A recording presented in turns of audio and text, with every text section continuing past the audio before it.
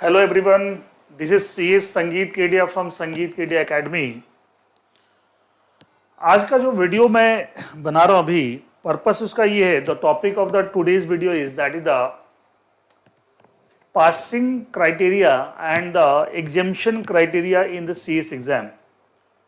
अभी रिसेंटली जो अगस्त 2021 में एग्जाम हुए थे, जो ओरिजिनली जून में होने थे, जून 2021 में बिकॉज ऑफ कोविड पोस्टपोन होकर अगस्त 2021 में एग्जाम हुए, एंड जिसके अभी रिसेंटली रिजल्ट्स डिक्लेयर हुए ऑन 13th of October 2021। उसके बाद बहुत सारे ऐसी इंक्वायरी, ऐसी क्वेरीज आ रही हैं, बहुत सारे बच्चे कंफ्यूज हैं कि साहब, और पासिंग क्राइटेरिया तो फिर भी क्लियर, बट फिर भी मैं थोड़ा सा ब्रीफली बताऊंगा।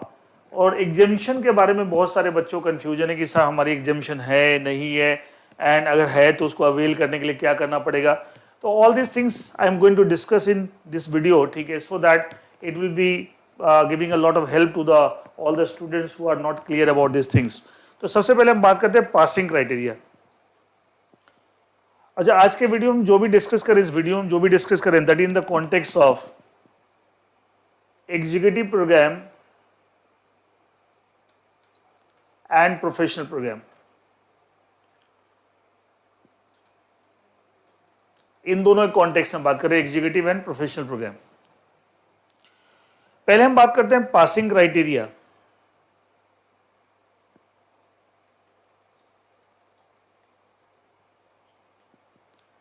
सीएस एग्जाम में पासिंग क्राइटेरिया क्या है?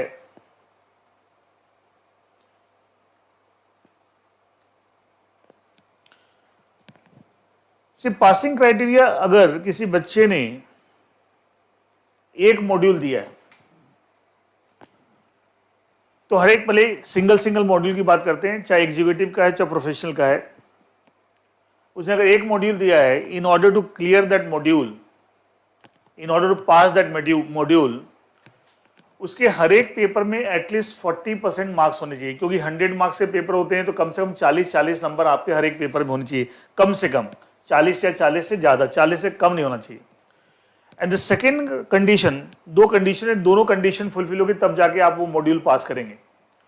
And second condition is that aggregate of that module, उस मॉड्यूल में जितने पेपर्स हैं उन पेपर्स के टोटल जो मार्क्स है उसका जो एग्रीगेट है और जो आपने स्कोर किया, that aggregate should be at least 50% of the total marks of that module.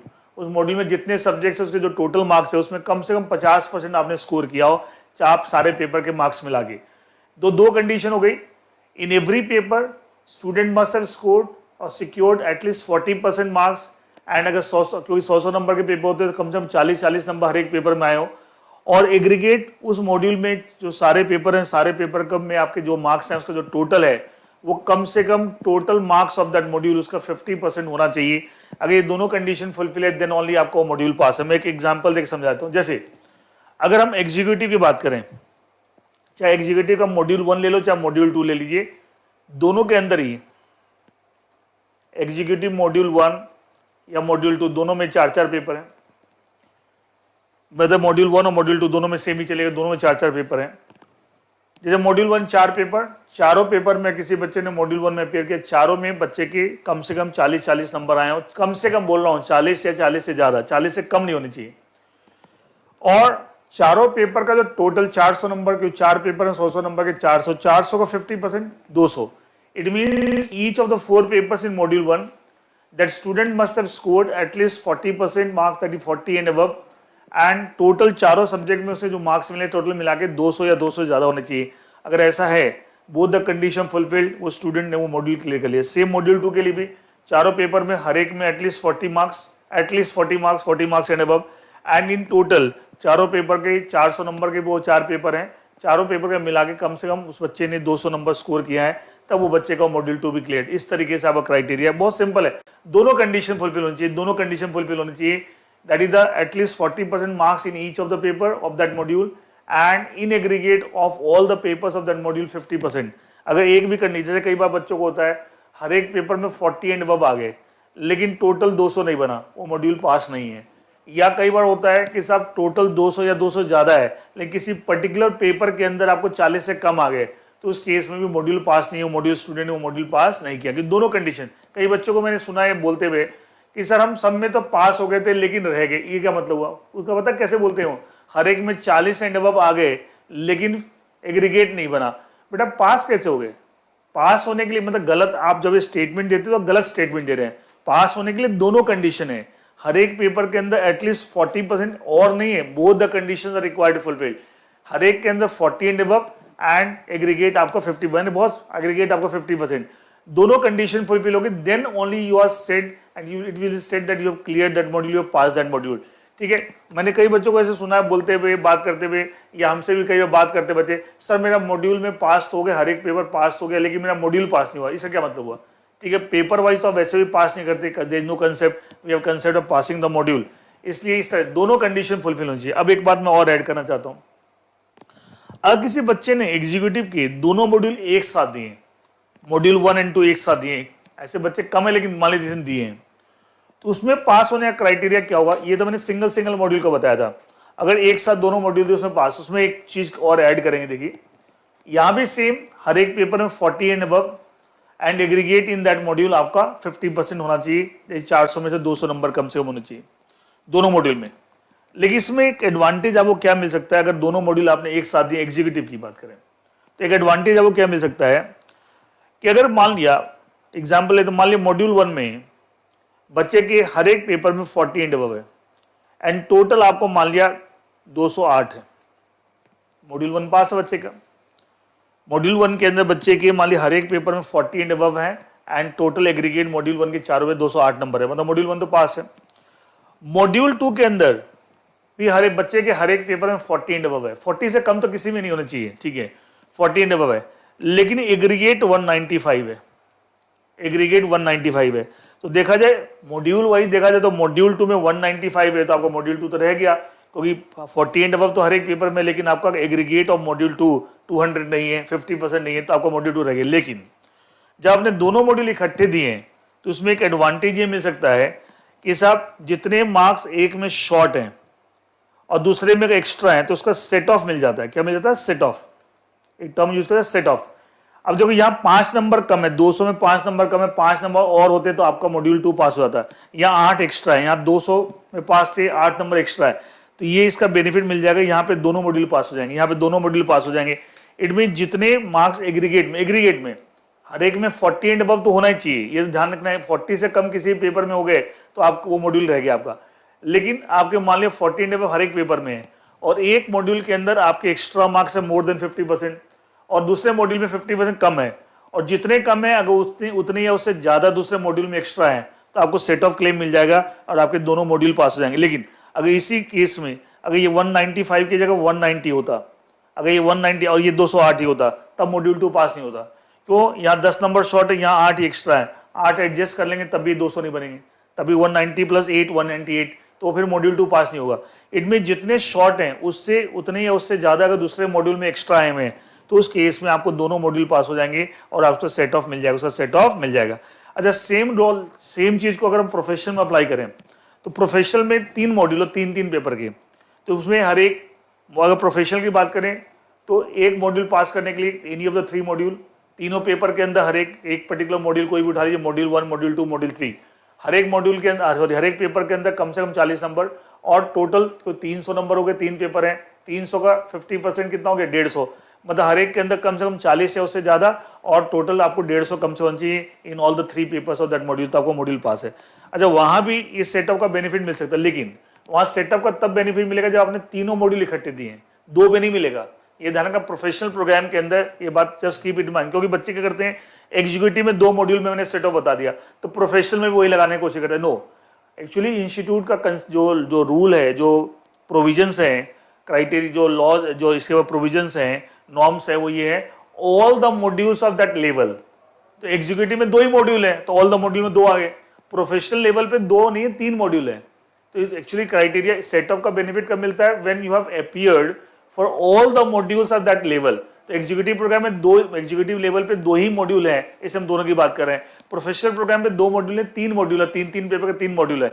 तो अगर आपने तीनों एक साथ आपने अपीयर किया है और हर एक मॉड्यूल के हर एक पेपर में आपके 9 के 9 पेपर में सभी में 40 एंड अबव है, सभी 40 एंड अबव है। हाँ, किसी पर्टिकुलर मॉड्यूल के अंदर अगर आपके 150 से कम है, किसी में ज़्यादा है, और जितने कम किसी मॉड्यूल में बाकी मॉड्यूल्स में अगर उससे एक्स्ट्रा है तो उसका सेट ऑफ मिल सकता है, उसका सेट ऑफ मतलब हर एक उसमें सीधा सीधा लॉजिक ये, हर एक पेपर के अंदर 40 अबव और तीनों मॉड्यूल के सारे पेपर मिला के 450 नंबर है, 450, 50, 50, 150, 150, 150, तो तीनों मॉड्यूल पास हो जाएंगे, तीनों मॉड्यूल पास उसमें। लेकिन उसमें सेट ऑफ कब मिलेगा? जब आपने तीनों मॉड्यूल में अपीयर हुआ हो, और 2 मॉड्यूल में अगर आपने अपीयर तो वहां सेट ऑफ का कोई कंसेप्ट नहीं होगा, because as per the ICSA norms if you have appeared for all the modules of that level, and professional programme पे 2 मॉड्यूल नहीं है, 3 मॉड्यूल है, दैट्स वाई तीनों में आपने अप्लाई किया है, एंड उसमें कहीं एक में नंबर शॉर्ट है आपके, एग्रीगेट नहीं बनना, बाकी मॉड्यूल्स में एग्रीगेट की रिक्वायरमेंट से ज्यादा है, तो उसका सेट ऑफ आप क्लेम कर सकते हैं, सेट ऑफ, एंड उसके हिसाब से आपका वो पास हो सकता है। लेकिन एग्जीक्यूटिव मोड लेवल पे सिर्फ 2 ही मॉड्यूल है, इसलिए 2 पे ही आपको बेनिफिट मिल जा रहा है सेट ऑफ आपको। तो I think the passing criteria, ये सेट ऑफ वेट ऑफ भी आपको क्लियर हो गया होगा, एंड पासिंग क्राइटेरिया आपको मैंने बता दिया। अब आते हैं, कई बच्चे अनफॉर्चुनेट हार्ड लक के साथ दिया लेकिन नहीं मॉड्यूल पास हुआ, ना 1 पास हुआ, ना 2 हुआ, ना कुछ में तो पास नहीं हुआ, लेकिन उनको लगता है कि साहब उनके किसी किसी सब्जेक्ट में अच्छे नंबर आए हैं एंड उनको एग्जामिशन मिल सकती है, तो मैं अब एग्जामिशन कराइए, तो पासिंग क्राइटेरिया हो गया। Now I am coming to the examination criteria. देखिए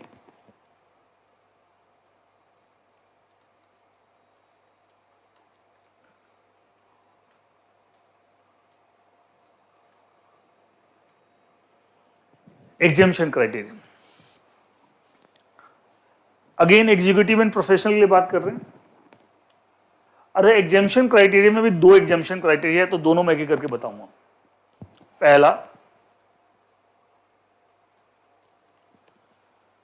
if a student has scored, ध्यान सुनिएगा, अच्छा पासिंग में एक पॉइंट मैं और बता, एक कई बच्चे की बड़ी यूनिक से क्वेरी थी कि सर मैंने 2 मॉड्यूल के लिए एग्जाम दिया था, एक मेरा पास हो गया, एक रह गया, तो क्या मुझे दूसरा जो पास हो गया उसको भी दोबारा अपीयर? नो, जो पास हो गया तो पास हो गया, मॉड्यूल वाइज आप पास कर रहे हैं, जो नहीं हुए उसको आपको ऑब्वियसली उसको आपको दोबारा देना पड़ेगा, लेकिन जो पास हो गया उस पर कोई इंपैक्ट नहीं आएगा। Anyway, come to the examination criteria. अगर किसी स्टूडेंट ने एक पर्टिकुलर सब्जेक्ट में या एक से ज्यादा सब्जेक्ट में 60% एंड अबव स्कोर किया है, कितना? 60% अबव, सीधा सीधा मार्क जो परसेंटेज है वही मार्क्स होगी, 100 नंबर के पेपर हैं, तो अगर किसी पेपर में 100 में से 60 या 60 से ज्यादा स्कोर किया है, तो वो पेपर आपका मॉड्यूल तो पास नहीं है, लेकिन आपका वो पेपर एग्जेम्प्ट हो जाएगा, मतलब उस पेपर में आपको दोबारा अपीयर करने की जरूरत नहीं है, बाकी रिमेनिंग पेपर आपको देने पड़ेंगे। लेकिन condition is provided, subject condition, the student must have scored at least 25% marks in each of the remaining papers of that module, each of the remaining papers of that module, each of the remaining papers of that module। इसका मतलब जिस subject में आपके 60 या 60 से ज्यादा है out of 100 marks, वो पेपर आपको एग्जाम्प्ट है, प्रोवाइडेड बाकी जो पेपर्स है उस मॉड्यूल के उस सब में कम से कम 100 में 25-25 नंबर सब में आए हों। अगर आपका किसी पेपर में 60 या 60 से ज्यादा है लेकिन बाकी पेपर्स में किसी पेपर में 25 से कम आ गए, तो 60 वाले में भी एग्जामिशन नहीं मिलेगा, 60 वाले में एग्जामिशन नहीं मिलेगा। ये साथ में कनेक्टिंग कंडीशन है। ये एग्जामिशन कब मिलेगा इस पेपर में जो 60, अगर रिमेनिंग पेपर में आपके 25% एंड अबव आए हो हर एक पेपर में, ठीक है। अगर किसी में 25% से कम आ गए, 100 में 25 नंबर से कम आ गए, तो आपका जिसमें 60 एंड 60 से ज्यादा है उसमें भी एग्जामिशन नहीं मिलेगी। तो दिस इज 1 पॉइंट। बच्चे क्या करते हैं, ये पढ़ लेते हैं, ये भूल ही जाते हैं, बट ये कंडीशन इतना लॉ पढ़ते हैं आप, वो सब ये कंडीशन उसका अटैच कंडीशन है, ये भी फुलफिल होनी चाहिए तब आपको एग्जामिशन मिलेगा। एक तो ये बात होगी। अच्छा, इसमें एक मैं और ऐड कर, मैं एक एग्जाम्पल देकर आपको समझाता हूँ। जैसे किसी बच्चे ने एग्जीक्यूटिव का कोई मॉड्यूल दिया, मॉड्यूल 1 या मॉड्यूल 2, 4 पेपर हैं, 4 में से एक पेपर में या 2 पेपर में जिसमें 60 अबव है, मान लिया किसी पेपर में 62 आ गए, वो एग्जेम्प्टेड है, प्रोवाइडेड बाकी तीनों पेपर के अंदर आपके हर एक में 25 या 25 ज्यादा होना चाहिए, या 2 पेपर में आपका 60 एंड 60 से ज्यादा है, ठीक है, वो दोनों पेपर एग्जेम्प्टेड है, प्रोवाइडेड बाकी रिमेनिंग जो 2 पेपर हैं उसमें 40 एंड 40 से कम आपके आए हैं, लेकिन आपके या 40 जो भी है आपके, लेकिन उसके अंदर आपकी 25 से कम नहीं होनी चाहिए, 25 से कम नहीं होनी चाहिए। ऐसे प्रोफेशनल प्रोग्राम में वो मॉड्यूल बच्चे ने दिया, 3 पेपर हैं, किसी एक पेपर में बच्चे के 60 एंड अबव आए, प्रोवाइडेड बाकी रिमेनिंग जो 2 पेपर हैं उस मॉड्यूल के उन सब में कम से कम 25-25 नंबर होने चाहिए, तब वो पेपर एग्जाम्प्ट होगा एंड उस पेपर में आपको अपीयर होने की जरूरत नहीं है, एंड जिसमें आपने 60 एंड अबव स्कोर किया है। एक तो ये एग्जामिशन क्राइटेरिया ज्यादातर बच्चों को पता होता है, लेकिन कंडीशन का ध्यान रखना साथ में, ये भी कंडीशन है। अब एक क्राइटेरिया बता रहा हूं जो बहुत सारे बच्चों को नहीं पता होता, वो ध्यान सुनिएगा। देखिए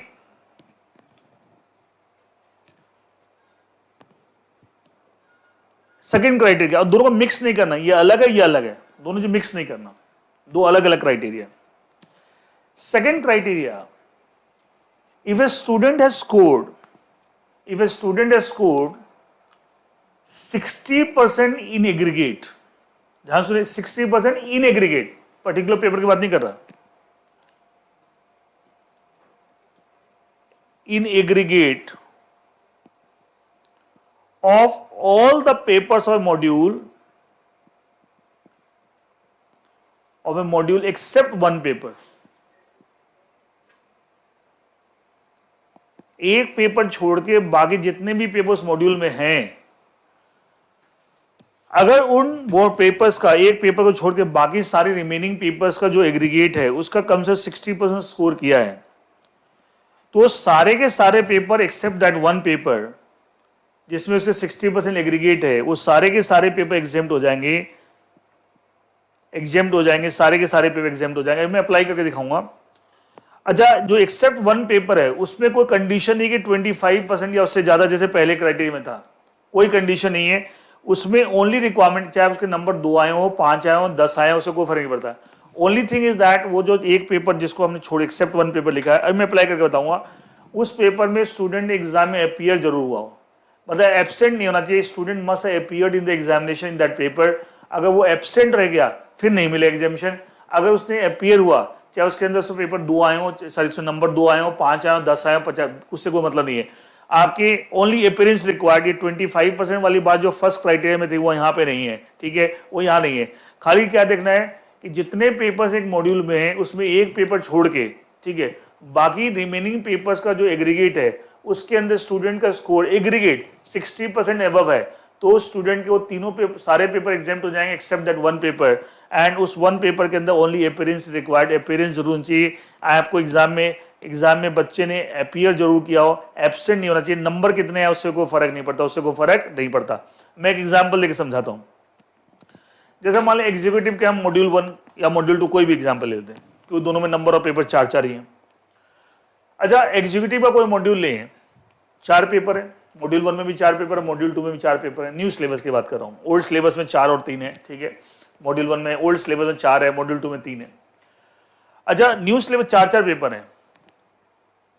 बच्चे ने एक मॉड्यूल अपीयर किया, मॉड्यूल 1 या मॉड्यूल 2, लेकिन मान लिया या तो किसी पेपर में उसके 40 से कम रह गए, या उसका एग्रीगेट 200 नहीं बना, जो पासिंग क्राइटेरिया मैंने बताया कि सब 40 एंड अबव एंड एग्रीगेट 50%, उसमें कोई, दोनों में कोई क्राइटेरिया रह गया, तो मॉड्यूल तो पास नहीं हुआ। लेकिन अगर उस 4 पेपर में कोई भी 3 पेपर, मतलब एक्सेप्ट वन पेपर, एक पेपर छोड़ दीजिए जिसमें सबसे वर्स्ट परफॉर्मेंस है उसको हटा दो, अगर 3 पेपर के अंदर उसका जो एग्रीगेट 60% है। अच्छा, यहाँ एग्रीगेट वर्ड यूज कर रहा हूं, इसका जरूरी नहीं कि तीनों में 60 एंड अबव होना चाहिए, तीनों का मिला के एग्रीगेट 60%। इसका मतलब क्या हुआ, 3 पेपर का टोटल 300 का 60% 180, मतलब तीनों पेपर का मार्क्स का टोटल 180 नंबर होना चाहिए। अगर है तो उस केस में वो तीनों पेपर एग्जेम्प्ट हो जाएंगे। एंड प्रोवाइडेड जो चौथा पेपर है जिसमें आपकी सबसे खराब परफॉर्मेंस है, वो पेपर में आपने एग्जाम में अपीयर जरूर किया हो, मार्क्स कितने हैं वो इररिलेवेंट है, मार्क्स चाहे 2 आए हो, 5 आए हो, 10 आए हो, 20 आए हो, कोई फर्क नहीं पड़ता, एंड इररिलेवेंट है। मैं एग्जाम्पल देता हूं, मान ली किसी बच्चे की एक पेपर में 62 आए,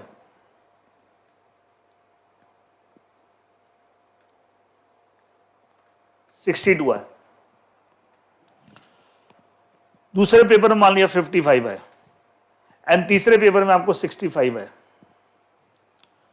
अब देखो इन तीनों का जो टोटल है, 182 है। इसका मतलब 3 पेपर का टोटल 300 का 60% 180, वो मतलब 300 में से कम से कम 180 नंबर आने चाहिए। 182 टोटल है। अब देखो इसमें 55 है, 60 नहीं है, 55, कोई फर्क नहीं होता। इन तीनों का टोटल जो है हमारा 60% एंड अबव है आउट ऑफ द 300 मार्क्स। ये 180 भी हो जाता, 180 तीनों ये है आपके 182। ये तीनों पेपर एग्जेम्प्टेड है, प्रोवाइडेड चौथे पेपर में आपने एग्जाम में अपीयर जरूर किया हो, चाहे नंबर कितने भी आए उससे कोई फर्क नहीं पड़ता, उससे कोई, ये तीनों पेपर आपके एग्जेम्प्टेड है, तीनों पेपर एग्जेम्प्टेड है। Is that clear?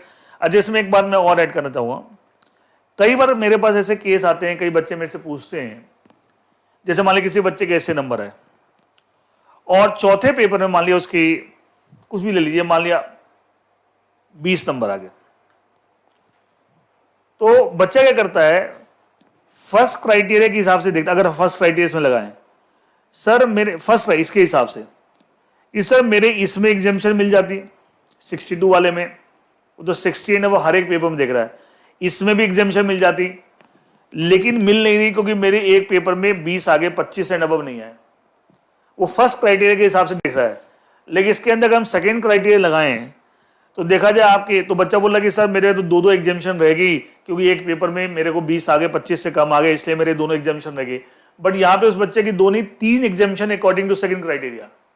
इस सेकंड क्राइटेरिया के हिसाब से अगर 3 पेपर का टोटल, एग्जीक्यूटिव की बात करें, all the papers of module except 1 paper, अगर टोटल 60% एंड अबव है, 300, जैसे एग्जीक्यूटिव की बात करें 4 पेपर में 3 पेपर का टोटल 300 में से 60% 180 एंड अबव, जरूरी नहीं कि हर एक में 60 एंड अबव हो, अगर 3 जैसे इसमें 55 है फिर भी एग्जामिशन है, अगर 3 पेपर का टोटल अगर आपको 180 है, मतलब 60% ऑफ द 300, तो उस केस में वो सारे पेपर एग्जाम्प्टेड है, तीनों के तीनों। एंड चौथे पेपर में खाली आपके एग्जाम में अपीयरेंस जरूरी है, मार्क्स का स्कोर क्या है आपका, आपके स्कोर उस पेपर में क्या है वो रिलेवेंट नहीं है, चाहे वो 5 नंबर हो, 10 नंबर हो, 20 नंबर से कोई फर्क नहीं पड़ता, मतलब 25% वाला क्राइटेरिया वहां पे अप्लाई नहीं होता सेकंड क्राइटेरिया में, ठीक है, फर्स्ट में है। तो ये बहुत सारे बच्चों को इसके बारे में नहीं पता। अभी बताया ना, कई बच्चे फर्स्ट के हिसाब से यहाँ सोच रहे हैं, तो बोलते सर मेरी 2 एग्जामिशन रह गए बिकॉज एक में 20 आ गए, बट यहाँ पे उसकी 2 नहीं 3 एग्जामिशन है, 2 नहीं 3 एग्जामिशन है। तो वी हैव 2 एग्जामिशन क्राइटेरिया। एक है कि साहब जब आपका 3 एक्सेप्ट 1 पेपर, किसी एक रिमेनिंग पेपर्स का अगर एग्रीगेट 60% नहीं बन रहा तो आप इंडिविजुअली पेपर वाइज देखिए, जिस पेपर में 60% अबव है, प्रोवाइडेड बाकी रिमेनिंग पेपर्स में आपके 25% है हर एक में। और अगर कई बार ऐसा होता है कि साहब अगर 3 या all the papers except 1 paper का एग्रीगेट अगर 60% अबव बन रहा है, तो उस केस में आपको सारे पेपर एग्जाम्प्ट होंगे, प्रोवाइडेड चौथे लास्ट पेपर है उसके अंदर आप अपीयर जरूरी हो, एब्सेंट नहीं होना चाहिए। स्कोर कितना आपको उस पेपर में है that is not relevant, that is immaterial, irrelevant. अच्छा, यही सेकंड क्राइटेरिया को हम प्रोफेशनल में अप्लाई करके देखें। प्रोफेशनल प्रोग्राम में हर एक मॉड्यूल में 3 पेपर है, तो except 1 all the papers of that module except 1 paper, तो वहां पेपर ही 3 है, तो एक पेपर के अलावा बाकी पेपर, इसका रिमेनिंग 2 पेपर हो गए, एक पेपर के अलावा बाकी रिमेनिंग 2 पेपर, इसका मतलब क्या हुआ, पेपर 2 ही रह गए, उन दोनों का टोटल 200 का 60% 120। इसका मतलब क्या हुआ, अगर मान लिया एक बच्चे की प्रोफेशनल प्रोग्राम में, ये तो मैंने एग्जीक्यूटिव प्रोग्राम का एग्जांपल दिया था, अगर प्रोफेशनल प्रोग्राम में किसी बच्चे के एक पेपर में 70 आ जाते हैं, एक में आपको 50 आ जाते हैं या 55 आ जाते हैं, तो टोटल 125 हो गया, 200 का 2 पेपर, और तीसरे पेपर में कुछ ही 15 नंबर आ गए, उससे मतलब नहीं है आपका, इन दोनों का टोटल 120 से ज्यादा है, ये दोनों पेपर एग्जेम्प्टेड है। आप देखो फर्स्ट क्राइटेरिया के हिसाब से ये एग्जेम्प्टेड नहीं था, फर्स्ट क्राइटेरिया के हिसाब से देखा था तो ये भी एग्जेम्प्टेड नहीं था क्योंकि इसमें 25 नंबर नहीं है, लेकिन सेकंड क्राइटेरिया के हिसाब से ये दोनों एग्जेम्प्टेड हैं। 70 + 55 125, 200 में से 120 या उससे ज्यादा आ गए, ये दोनों एग्जेम्प्टेड हैं, एंड खाली तीसरे पेपर में अपीयरेंस मस्ट है। मैंने लॉजिक क्या है, except 1 paper of that module, remaining papers का जो टोटल मार्क्स है उसमें 60% अगर आपने स्कोर किया है तो सारे पेपर एग्जाम्प्ट हो जाएंगे, प्रोवाइडेड तो एक पेपर आपने छोड़ा था उस पेपर के अंदर आपकी अपीयरेंस एग्जाम में जरूर होनी चाहिए, आप एब्सेंट नहीं होनी चाहिए, आपने स्कोर कितना किया उससे कोई फर्क नहीं पड़ता, दैट इज नॉट रेलेवेंट। तो एग्जीक्यूटिव में अप्लाई करते हैं तो 4 में से 3 पेपर का एग्रीगेट 60%, तो 4 पेपर मॉड्यूल है।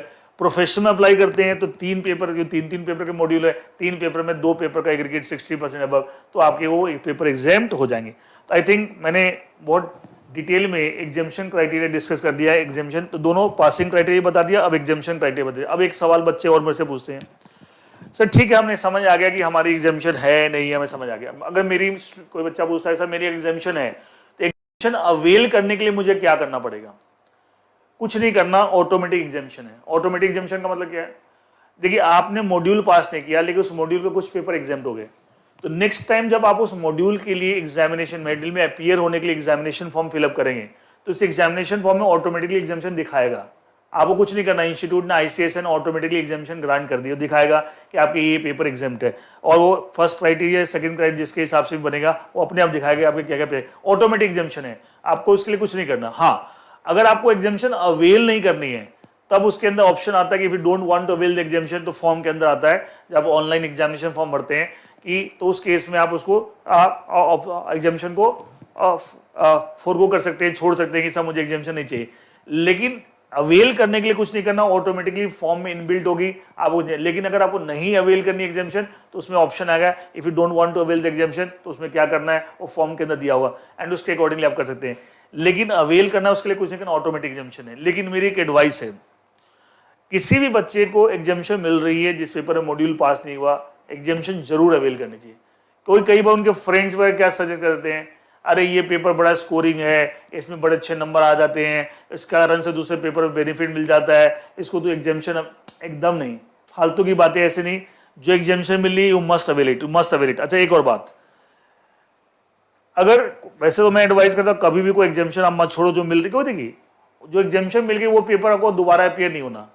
अच्छा, उसमें आप जितनी मेहनत करेंगे वही मेहनत आप दूसरे पेपर में लगा देंगे, क्या वो दूसरे पेपर के अंदर आपका स्कोर अच्छा हो जाएगा? तो बच्चे सब चीज दिमाग ले, इस पेपर में ज्यादा नंबर आते हैं, अरे भाई दूसरे पेपर में भी आ सकते हैं, अगर उसके अंदर आप मेहनत ज्यादा करेंगे तो वो पेपर एग्जाम्प्ट हो गया, नहीं एग्जाम्प्ट तो दोबारा पढ़ना पड़ेगा। इसलिए एग्जामिशन अगर मिल रही है तो जरूर अवेल करें, छोड़े नहीं। एक तो ये बात। अच्छा, एक बात ध्यान रखना है, खास करके जो सेकेंड क्राइटेरिया है इसके हिसाब से अगर किसी बच्चे को एग्जामिशन मिली है, जैसे मॉड्यूल एग्जीक्यूटिव में 3 पेपर में, प्रोफेशनल में 2 पेपर में, सेकंड क्राइटेरिया के हिसाब से, उसमें आप ये नहीं कर सकते कि साहब आपने किसी एक पर्टिकुलर पेपर में एग्जामिशन छोड़ दी है और बाकी पेपर में आप एग्जामिशन चाहते हैं, ऐसा नहीं हो सकता। अगर मॉड्यूल एग्जीक्यूटिव की बात करें, अगर 3 पेपर में आपको एग्जामिशन मिली है, या तो आप तीनों के तीनों एग्जामिशन लो या आप तीनों के तीनों एग्जामिशन छोड़ो। उसमें से अगर आपने एक भी एग्जामिशन छोड़ी कि साहब मुझे इसमें एग्जामिशन नहीं चाहिए, मैं इसमें दोबारा अपीयर होना चाहता हूँ, ठीक है, तो आपकी वो सारी एग्जाम तीनों की तीनों चली जाएगी। ऐसे प्रोफेशनल में अगर आपकी 2 एग्जामिशन है और आपने उसमें एक भी एग्जामिशन छोड़ी तो उसके अंदर दोनों एग्जामिशन चली जाएगी, आपको दोबारा सारे पेपर में अपीयर होना पड़ेगा। तो ये सब चीज ध्यान रखना है एग्जाम फॉर्म भरते समय, एग्जामिनेशन फॉर्म फिलअप करते समय। एग्जामिशन तो ऑटोमेटिकली फॉर्म के अंदर जब आप उस मॉड्यूल जिस मॉड्यूल में आप पास नहीं हुए लेकिन आपकी एग्जामिशन है कुछ पेपर में, तो जब उस मॉड्यूल को दोबारा अपीयर होने के लिए जब एग्जामिनेशन फॉर्म फिलअप करेंगे तो उसमें ऑटोमेटिक एग्जामिशन दिखाएगा, ठीक है। लेकिन नहीं अवेल करना है तो आप उसको छोड़ सकते हैं। लेकिन मैं बार बार एडवाइस करता हूं आपको एग्जामिशन जरूर अवेल करनी चाहिए। और सेकंड क्राइटेरिया के हिसाब से अगर कोई एग्जामिशन आपकी है मल्टीपल पेपर्स में, उसमें एक में भी आपने एग्जामिशन छोड़ी तो सारे पेपर में एग्जामिशन आपकी हट जाएगी एंड जितने पेपर्स में आपकी एग्जामिशन आपको इनबिल्ट आपको मिल रही थी as per the ICSI norms. तो I think enough discussion and lot of things I have discussed and आप इसके बाद आपको कोई कंफ्यूजन नहीं होना चाहिए regarding the passing criteria as well the examination criteria in regarding the CS exam. कोई भी रिसेंटली रिजल्ट्स आए थे और बहुत सारी से क्वेरीज और डाउट्स आ रहे थे बच्चों के इस सर इसमें क्या है, तो आई थॉट कि एक छोटा सा वीडियो बना दिया जाए एंड उसको आप सुनने के बाद आपको आई थिंक ये सब डाउट्स क्लियर हो जाएंगे and you will have very clear picture about all this doubts, all this issues regarding passing criteria and examination criteria. And thank you all and I hope आप ये video watch करेंगे और इससे आपको बहुत benefit मिलेगा। और हमारे YouTube चैनल को आप रेगुलरली आप देखें और एंड YouTube चैनल को सब्सक्राइब करें so that you can get the regular updates regarding the various aspects of company secretary profession, company secretary course. उससे रिलेटेड हम रेगुलर बेसिस पे आपको नए नए वीडियो डालते रहते हैं। अभी और भी बहुत सारे वीडियो हम डालेंगे क्योंकि अभी एग्जाम के रिजल्ट आए हैं, तो ऐसे बहुत सारी और भी चीज़ें बच्चों से एग्जाम फॉर्म, प्री टेस्ट, ठीक है, तो उससे रिलेटेड हम और भी वीडियोज अभी, बट ये video this video was dedicated only in the context of passing criteria and exemption criteria of CS exam. And thank you all for watching this video. Thank you.